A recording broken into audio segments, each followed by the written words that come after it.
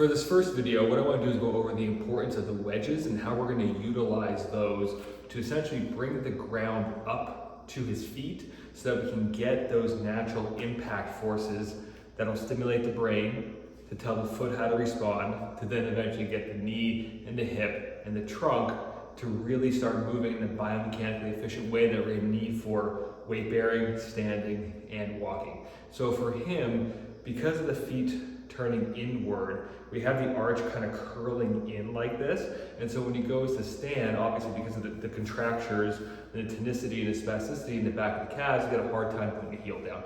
So the first wedge that we're going to utilize is, you can use the small ones like these. We can use the bigger one like I got here. Anything will work here. The whole entire point is to get the surface of the ground to elevate up to his heel so we can get that brain, that contact point. So for this one, the wedge is going to be pointing downward slope. The downward slope is going to move towards the front of his foot. So what we're going to need to do is get that heel on the wedge to where it's pushing the foot down. That's going to help us get some weight out over the midfoot. So from the side, it'll kind of look like this. So we can put this up underneath him for the different movements of squatting and lunging and standing. The other wedge is going to go in the front of the foot and underneath the big toe knuckle. So that's going to, once again, the slope going down now, sliding up underneath here at kind of like an angle.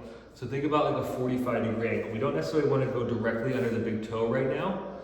We just want to get that wedge going under what's called the first metatarsal head here so that we can create some space. So now we got the supportive wedge lifting up, putting pressure underneath the heel. And then we're going to take that wedge, slide it underneath the big toe knuckle here. Once again, creating a little bit of space underneath that arch. So now he's going to be able to get the stimulation to his brain that's going to tell these muscles underneath here that they have to work and that they have to stabilize. So ideally, we get those underneath both feet. Now we know that the left side is kind of his stronger side, so one where he's able to get a little more weight down. It's the side that his brain feels more confident and comfortable with right now, so it's going to be more apt to go into a fully loaded weight-bearing stance on that side. It's going to be great to still get the heel lift underneath it and still get the wedge underneath the big toe. Where we might need the wedge support, the thicker wedge support, is underneath the right side. So we're going to put the wedge underneath the right side the same way that I was doing when I was there, and I was supporting him by putting my foot underneath. Remember, I put my foot underneath his heel so he has something to push into. That's the key here, that the brain has something to push into. It has that tactile, that contact point. And then what we're going to do is once we get him into those positions, we can use the bars that he has. I got something similar here, these parallel bars, but similarly then we're going to put the wedge underneath the heel. I'll show you from the right side here.